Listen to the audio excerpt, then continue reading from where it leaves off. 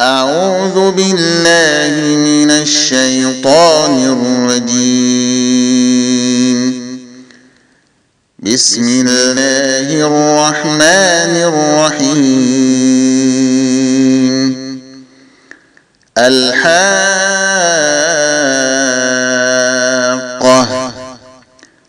ما الحاقة؟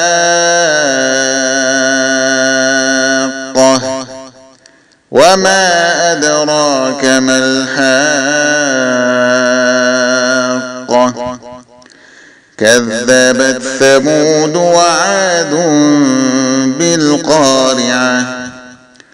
فأما ثمود فأهلكوا بالطاغية. وأما عاد فأهلكوا بريح صرصر عاتية سخرها عليهم 7 ليال و8 أيام حسوما فترى القوم فيها صرعى كأنهم أعجاز نخل خاوية فهل ترى لهم من باقية. وجاء فرعون ومن قبله والمؤتفكات بالخاطئة فعصوا رسول ربهم فأخذهم أخذة رابية.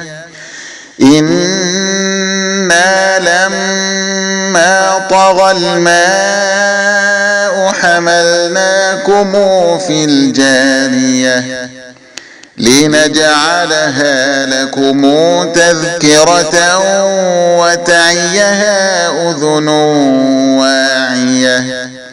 فإذا نفخ في الصور نفخة واحدة وحملت الأرض والجبال فدكتا دكة واحدة فيومئذ وقعت الواقعة وانشقت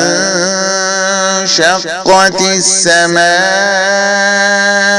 فهي يومئذ واهية والملك على أرجائها ويحمل عرش ربك فوقهم يومئذ 8 يومئذ تعرضون لا تخفى منكم خافية. فأما من أوتي كتابه بيمينه فيقول هاؤم اقرءوا كتابيه. فأما من أوتي كتابه بيمينه فيقول هاؤم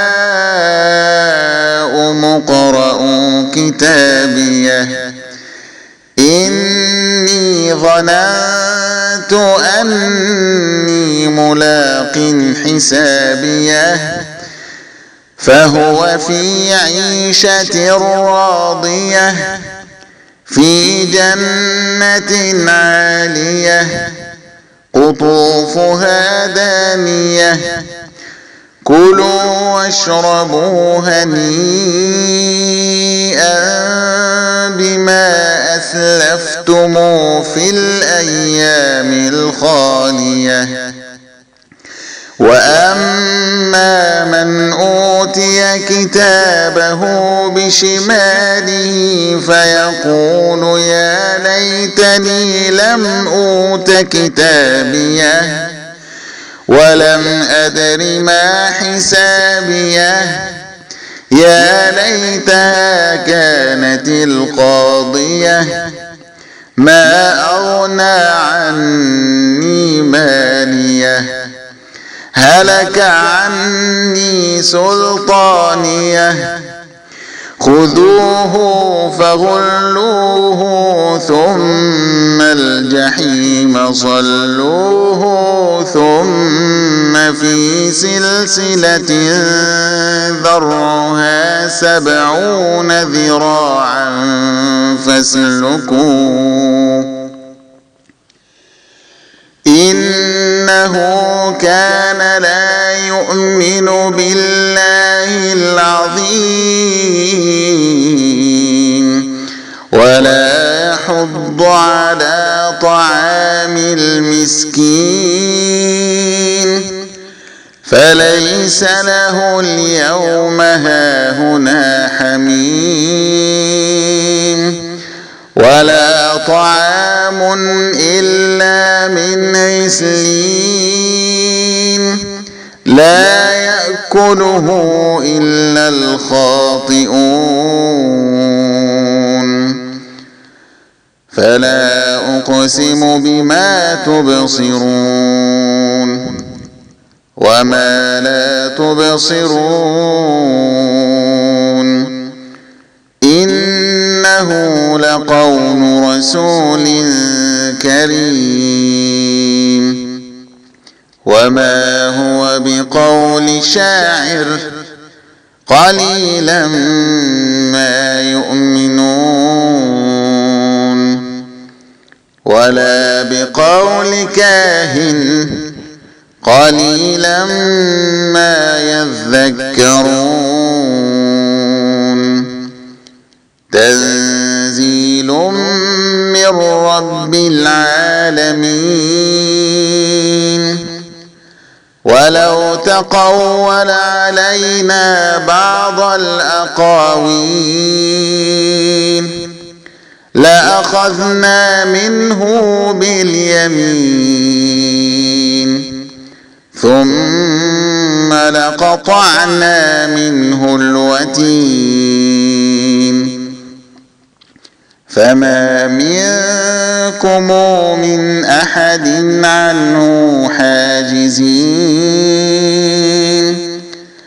وإنه لتذكرة للمتقين وإنا لنعلم أن منكم مكذبين وإنه لحسرة على الكافرين وإنه لحق اليقين فسبح باسم ربك العظيم